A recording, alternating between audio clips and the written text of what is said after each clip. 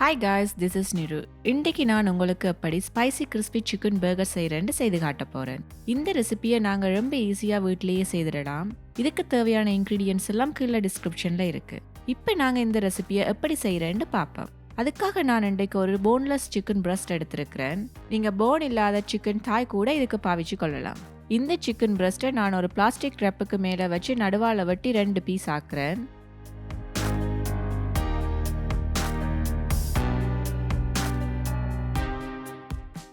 இப்போ நான் அந்த சிக்கன் பீஸை பிளாஸ்டிக் ரேப்பால் கவர் பண்ணி வைக்கிறேன்.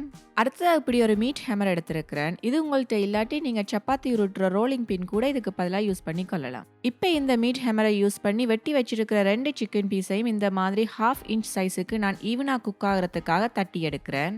அதோட சூ பண்ணும்போது ஈஸியாக இருக்கும். இதால் எங்களுக்கு ஈஸியாக டைஜஸ்ட் ஆகும். இப்போ இந்த சிக்கன் பீஸ் 2 ஈவனான திக்னஸில் இருக்குது. இதை நாங்கள் எப்படி மேரினேட் பண்ணுறதுன்னு பார்ப்போம். அதுக்காக நான் இப்படி ஒரு மிக்சிங் பவுல் எடுத்திருக்கிறேன். இதில் 1 tablespoon soy sauce, 2.5 tablespoon homemade chilli paste, 1/2 tablespoon ginger garlic paste, தேவையான அளவு உப்பு, 1/2 teaspoon black pepper powder, 1 teaspoon lemon juice, 1 teaspoon onion powder. இது ஆப்ஷனல். இது எல்லாத்தையும் சேர்த்து இப்படி ஒரு விஸ்கால நல்லா மிக்ஸ் பண்ணி விடுறேன்.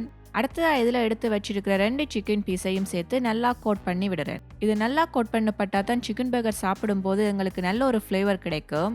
இப்போ இதை மூடியால் மூடி 2 ஹவர்ஸுக்கு மேரினேட் பண்ணுறதுக்காக ஃப்ரிட்ஜில் வைக்கிறேன். நீங்கள் டைம் இருந்தால் ஓவர் நைட்டுக்கும் இதை மேரினேட் பண்ணி வைக்கலாம். 2 ஹவர்ஸ் ஆகிட்டு இப்போ நான் சிக்கன் பர்கருக்கு தேவையான சோஸை ரெடி பண்ணுறேன். அதுக்காக 2 tablespoon mayo, 2 tablespoon ketchup, 2 tablespoon chilli sauce, இது எல்லாத்தையும் சேர்த்து நல்லா மிக்ஸ் பண்ணி விடுறேன். அடுத்ததாக நான் சிக்கனை கோட் பண்ணுறதுக்கு தேவையான ஃப்ளவர் மிக்சரை ரெடி பண்ணுறேன்.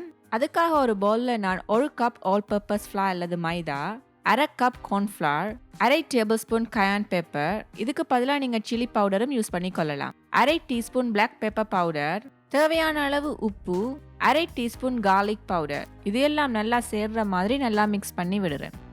அதோட நான் இன்னும் ஒரு பவுலில் ஒரு முட்டை, 50 மில்லிலிட்டர் கோல்டான மில்க் ரெண்டையும் சேர்த்து நல்லா பீட் பண்ணி விடுறேன்.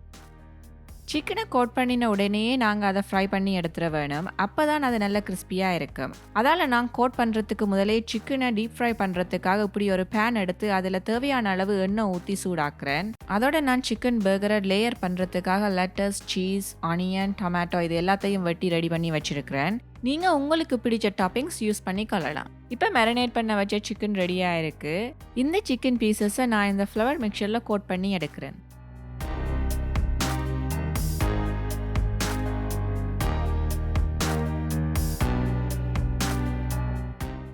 இப்படி கோட் பண்ணின சிக்கன் பீஸை அடுத்ததாக நான் இந்த எக் மிக்சரில் நல்லா 2 சைடும் டிப் பண்ணி எடுக்கிறேன்.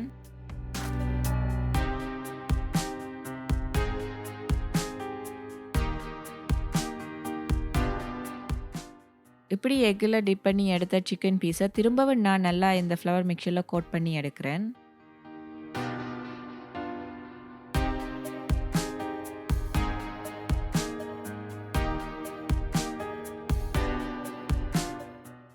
இப்போ மேலதிகமாக இருக்கிற மாவை தட்டி விட்டுட்டு எண்ணெய் நல்லா சூடானதும் இந்த சிக்கன் பீஸை இந்த எண்ணெயில் போடுறேன். சிக்கன் பீஸை போட்டதும் நாங்கள் குக்கரை மீடியத்துக்கும் லோக்கும் இடையில வச்சு தான் ஃப்ரை பண்ணணும்.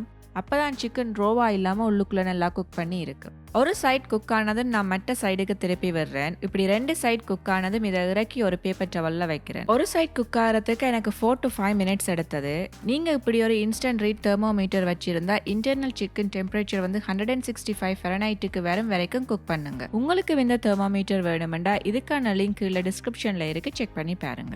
சிக்கனை இறக்கின உடனேயே நான் இதில் ஒரு ஸ்லைஸ் சீஸ் போடுறேன். அடுத்ததான் நான் பர்கருக்கு தேவையான பன்னை லைட்டாக டோஸ்ட் பண்ணி எடுக்க போகிறேன். அதுக்காக இப்படி ஒரு கிரில் பேனில் இந்த பன்னை வச்சு 2 சைட்டும் லைட்டாக டோஸ்ட் பண்ணுறேன். கிரில் பேன் இல்லாட்டி நீங்கள் நார்மல் சப்பாத்தி செய்கிற பேனும் இதுக்கு யூஸ் பண்ணி கொள்ளலாம். இந்த சேம் பேன்லேயே நான் ஆனியன் ஸ்லைஸை கரமலைஸ் பண்ணுறதுக்காக போடுறேன்.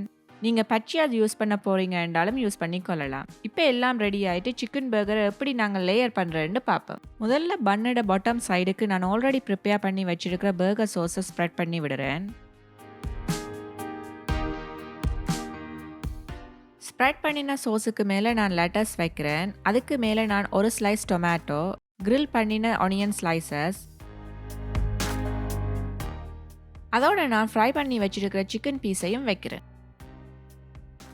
இப்போ நான் இந்த பன்னோட டாப் பீஸுக்கு இதே பர்கர் சோஸை ஸ்ப்ரெட் பண்ணி விடுறேன். சிக்கனை ஃப்ரை பண்ணின உடனே பர்கரை லேயர் பண்ணி சூடாக சாப்பிடுங்க. சிக்கன் சூடாக இருக்கும் போது தான் கிறிஸ்பியாக க்ரன்ச்சியாக நல்ல டேஸ்ட்டாக இருக்கும். அவ்வளோதான், ரொம்ப டேஸ்டான spicy crispy chicken burger ready ஆயிட்டு.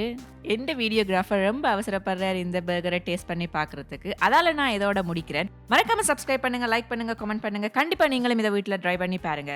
அடுத்த அருமையான வீடியோவுடன் உங்களை சந்திக்கிறேன். Bye bye.